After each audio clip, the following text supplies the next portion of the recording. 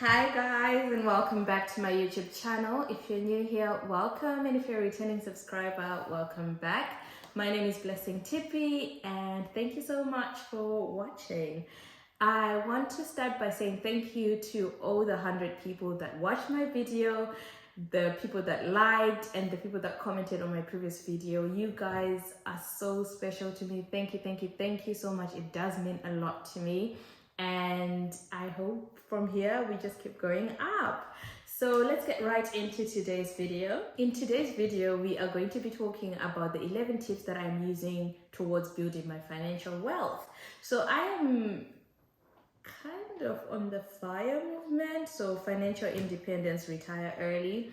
I really like what it stands for. So obviously you work hard now so that you can retire early and enjoy your money. So I do have some things that I'm doing, or a pathway rather, that I'm using to keep myself accountable to ensure that I actually do reach my goals. The first thing that I'm going to be doing is investing in myself. I'm still learning this one. I find it so difficult to part with my money, but I have actually done quite a few investments in myself lately. I've obviously invested in things like books, so reading books about financial wealth, why it's so important to build financial wealth and how to build financial wealth. I've joined seminars and webinars about people just sharing their journey, the mistakes that they made, and what it is that actually helped them to be able to achieve the FIRE movement. And the reason that I've actually started investing more money and I've been able to actually allow myself to spend my hard-earned money, giving it to somebody else to teach me these things when I can just watch YouTube, is because with YouTube, I feel like sometimes people are filtered. They can only talk about certain things. People are not going to give you the full breakdown about everything that's happening in their life. But when you pay them money, they are going to literally tell you everything about it. So the importance of investing in yourself is so that you ensure that future you thanks current you. And then the second thing is you cannot save yourself to financial wealth. I think in the previous video, I told you guys how when I started saving, I was just saving in a normal savings account. Now, with the current state we're in, where inflation is literally crazy, I think in the UK it's currently 10%, and the interest rates that banks are giving us at 3%, it means at this rate, you're losing 7% of your money, or 7% of the buying power of your money. If you had £100 and it was able to buy you 4 things last year, now it's probably able to buy you only three of those things. So you need to add an extra 10% to that amount of money, that to the £100, you need to add £10 to be able to buy the 4 things that you're able to buy with that money. And the bank is only giving you 3%. So you need to cover that 7%. You need to add that £7 from the money that you're making today. So it is so important that we know that there's no way you're going to be able to save yourself to financial wealth. You need to invest in things like property, you need to invest in your business, you need to invest in yourself, like I've already said. You need to invest in cryptocurrency if you're someone that believes in it, in the stock market, whatever it is, that you don't just leave your money sitting in an investment, in an interest account, high interest account rather. Once you've reached your goal and you've saved a certain amount of money, it's so important that you actually take that money and invest it into something that is going to start making you more money. So like if you invest in a business, your rate of return could be 20%, which is 10% more than rate of inflation. So the third thing, oh my gosh, I am a victim to this one. Stop making short-term goals that will cost you long-term goals. I remember when I was in uni, when I first came to uni, a lot of the people that I used to watch were people that do reviews on like designer bags. I'll be sitting there like watching about the Neverfull. I'll be sitting there watching about the Alma BB, and I'll be like, oh my gosh, when I start working, I want to buy myself these bags. Don't get me wrong, there's nothing wrong with satisfying what younger Blessing wanted. I'm 25 now. What 18-year-old Blessing wanted, there's nothing wrong with 25-year-old Blessing satisfying that. But I need to be careful, and I need to be wary that while I'm satisfying 18-year-old Blessing, 30-year-old Blessing is well taken care of. Because I'm such a strong, firm believer in sacrificing now, because I don't have a family, I don't have kids, I don't have as many responsibilities as somebody else, right? So I'm going to sacrifice now so that when I do have kids, I'm in a position where I've already invested and my investments are able to make me money to be able to say when I'm coming back from work, or I'm not even working anymore, I'm on holiday, I can be able to afford what 18-year-old Blessing wanted without even betting an eye. Currently, I can just walk into Dior and walk out and feel like, oh, okay, whatever. But 25-year-old Blessing can make that happen for 30-year-old Blessing, so that I can celebrate and say thank you to myself 5 years from now. Number 4 is have side hustles that will help you save towards tax. Guys, people that have businesses, they're living life. If you are in a corporate 9-to-5 job in a first world country, or in a country that actually functions and they actually charge taxes, then you guys know what it actually means to be in a 9-to-5. So in a 9-to-5, if you're getting paid after they've already subtracted your tax from you. So let's say they tell you you're earning 10K. In actual sense, if your, let's say, rate of your tax rate is 20%, it means you're only getting what, 8,000. So that 8K, you've already lost 2K, and you've given that 2K to the government. Whereas if you have a business, what you can do is you've made 10K in your business. You can travel to whatever country you want if it's business related. So let's say you're a property investor, you can travel to a different country, make an investment there, and say that's a business expense, because it is a business expense. But while you're out there, you can enjoy yourself, see the different things, be on holiday really while you're out there. You can have one business day and book a trip for like 6 days and be like, it's a business trip, right? But you are only doing business for one day, and then all the other 5 days is like for enjoyment. You and me that are doing 9-to-5, we are going to have to use that 8K that we've earned in order to cover for this trip. So already you're what, 6K, you're in 6K. Whereas someone with a business, they can just say, oh, okay, I can pay taxes on that trip because it was a business trip. So it's so important to ensure that when you start looking at your financial journey, do invest in things that are actually going to help you reduce your taxes. It's okay to have your 9-to-5 and be paying your taxes and use that money as like maybe your investment money, but your business money can be your fun money. Obviously, I'm not saying like go and do illegal stuff. No, there's ways that you can have tax reductions that is not evading taxes. That's not what I'm saying. Don't evade taxes, but you can, if you have a good accountant, they can teach you how that works. Number 5, focus your energy on people that you aspire to be like. As I mentioned earlier, when I was in uni, 18-year-old Blessing, she used to look at people that are buying Alma BBs, that are buying Neverfull, which is at that age, that's what I aspired to be like. So for me, like when I started watching people like Aisha, I started listening to podcasts. One person that I really, really, really love, and she's actually a friend of mine, her name is Loretta Hove. She built her business from the ground up, and she has a fashion business, a podcast actually, Babe in Business. If you do have time, please do go and listen to her podcast.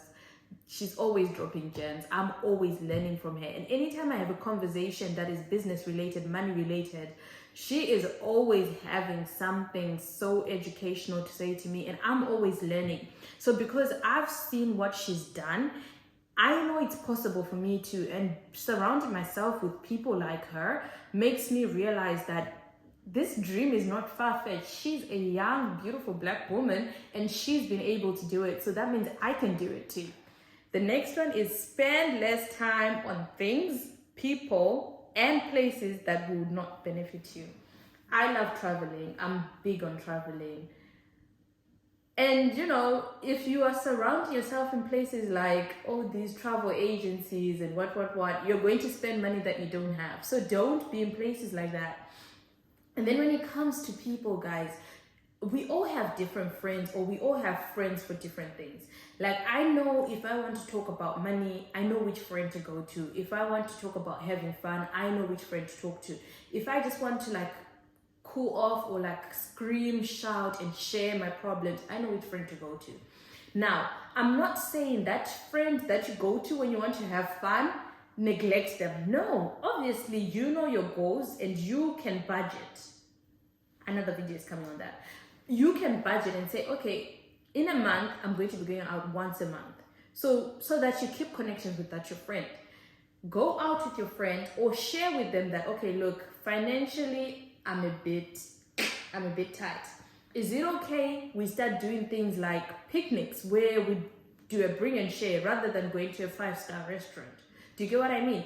Don't neglect your friends. However, don't spend as much time with people that are doing things that are not going to benefit you. Your goal is to save 100K. You can't be in a room where people are blowing 1K every week, because you know for a fact that 1K would have made such a big difference towards your goal. Number 7, less is more. It is so important that you don't overshare. And this is not only for influencers, people on Instagram, TikTok, whatever. No, even you that is not on Instagram, you that is not on social media, it's so important that you keep your goals to yourself. And one thing that my mom is always saying is ensure that you pray over your goals anytime you feel like oversharing. Like, you'd rather go into your prayer closet and speak about it with Jesus rather than going to that your friend and telling them. And I'm not saying there's anything wrong with telling your friends, but sometimes people project.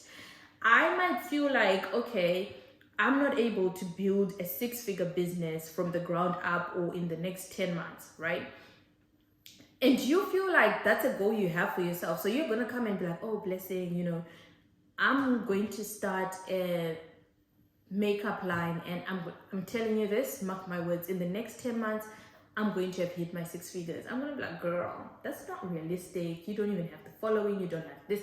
And I'm going to mention things that are actually a reality and things that are true to your situation. And it's going to discourage you. It might not discourage you, but it's going to make you feel some type of way. Either you're going to start your journey at a slower rate, or you're going to already start with fear. You're going to start with that process of, oh my gosh, what if it doesn't work? I'm not doing it out of a place of spite. I'm not doing it out of a place of hate or out of a place of I don't think you can do it. But because I feel like I can't do it, I'm now going to project my insecurities onto you.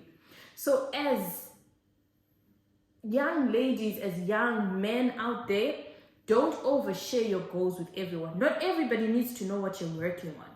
My mom, sometimes I'm calling and I'm like, Mom, I want to do this. And she's like, yeah, go and pray, girl. Like, just do things in silence and bring the results to the table.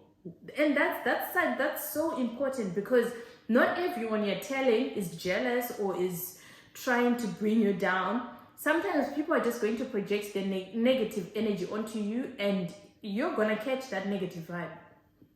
So be very wary about who you're sharing your goals, your aspirations with. Less is more. Okay?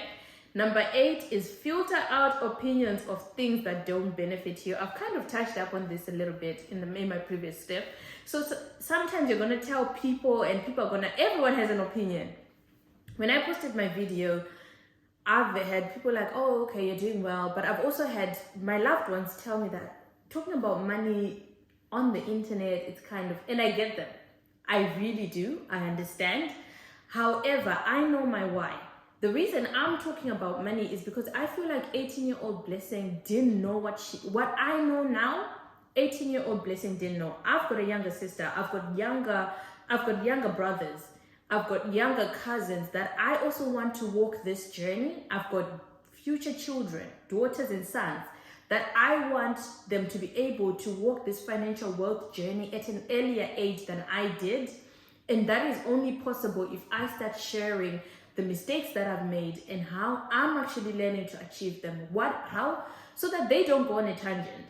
From 18 until 22, I was saving money like to buy myself liabilities, really, if I'm being entirely honest. And I might do a video on money mistakes I made that I wish I didn't make. But I did make them, not out of I knew. No, it was out of ignorance and out of lack of knowledge, okay? And the reason I'm doing these videos is so that my younger cousin, my younger sister, they can be able to watch this video and know the importance of saving. They can be able to watch this video and know why it's so important to invest. And I'm not only saying this for the girl child or the black boy. I'm saying this for everyone. But mainly in the African culture, talking about money is a taboo. Until you're now slightly older and people now are expecting you to start building a family. It's like, oh, you know, how much savings do you have? And you're like, we never spoke about saving. I should be saving. So the reason I'm doing this, despite it not being the most popular topic amongst my fellow people, is because of that reason. There's an 18-year-old girl, 18-year-old me, that would have loved to hear this, but I didn't until I was slightly older. All the people that I listened to that talk about finances, I remember the first person that I actually engaged with that spoke about finances was Lamide Elizabeth, and she knew about money, and I was like, girl, how do you know about money? Like, you're so young and everything. She was that girl, she's bossing it out, and I love her. But yeah, she's just doing what she needs to do. And I remember when I first watched it, I was like, wow, like, and this was back in 2020 as well. She was graduating, she was a third year, and she was bossing it out. And that's when like I really started understanding the importance of money and the importance of representation and the importance of actually just listening to someone who's younger than you talking about, well, she's not younger than me, but like someone of the same age or someone slightly older than you talking about these things, because then you actually start to see that it's possible. Sometimes all you need is representation, and I'm trying to be that representation that I felt like I didn't have. Number 9 is listen and pull knowledge from people doing things that are different to what you're doing. As I mentioned in my earlier example, you might be someone that wants to start a makeup line or foundation, whatever line. Don't just look at people that are makeup gurus or people that are into business. You can look at influencers. They can teach you marketing. You can look at accountants. They can teach you things like finances, how to really look, because all these things, when put together, they're so important for a business. But for us naturally as people, when we want to tap into a certain market, let's say, the makeup market, I'm going to start looking at Rihanna, Fenty. I'm going to look at MAC. I'm going to look at I don't know any other brands, but yeah, those are kind of the brands that we're going to be looking at, and I'm going to like study them. What mistakes did they make so that I don't make the same mistakes? But we don't realize that in just that one business, there's a lot of different other fields that are going on. There's marketing, there's finances, there's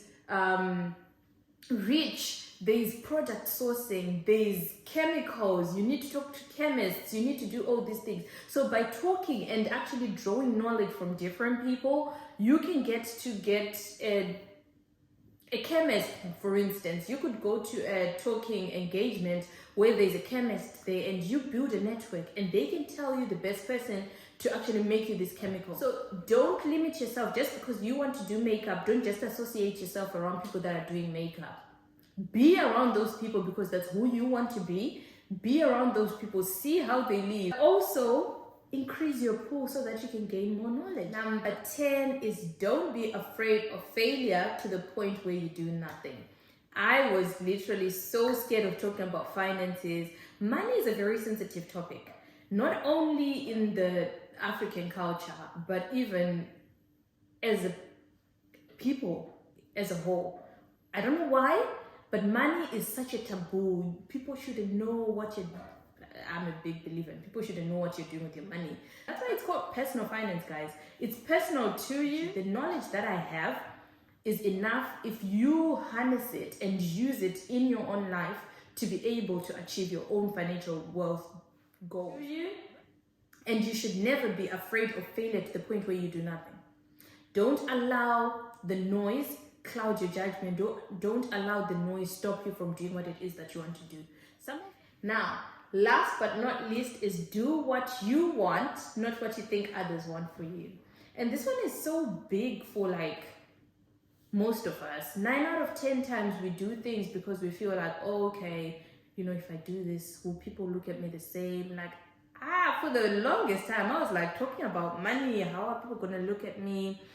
Group chats are gonna be like, like everybody's gonna be like, see, who does she think she is? But I don't care anymore. And really work on that I don't care anymore before you come onto social media, because it's gonna happen. And people are gonna talk, and you're gonna hear it. Some of it is gonna come back to you. But you should be able to filter the noise. I am sharing the little knowledge that I have with you guys so that you can be able to make smarter financial decisions. So yeah.